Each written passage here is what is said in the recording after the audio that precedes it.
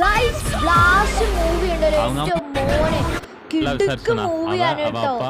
ഒരു മനുഷ്യരും കാണാനായിട്ട് ഇരിക്കുന്ന പ്രത്യേകിച്ച് ഒരു മിഡിൽ ക്ലാസ് ഫാമിലി ഗൈസ്.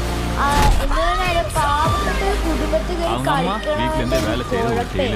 അമ്മ പരോട്ടക്കാരി, മകൾ അതിനേക്കാൾ ദേഷ്യം, അച്ഛൻ പിന്നെ പറയേ വേണ്ട, സീനാള് കേട്ടോ.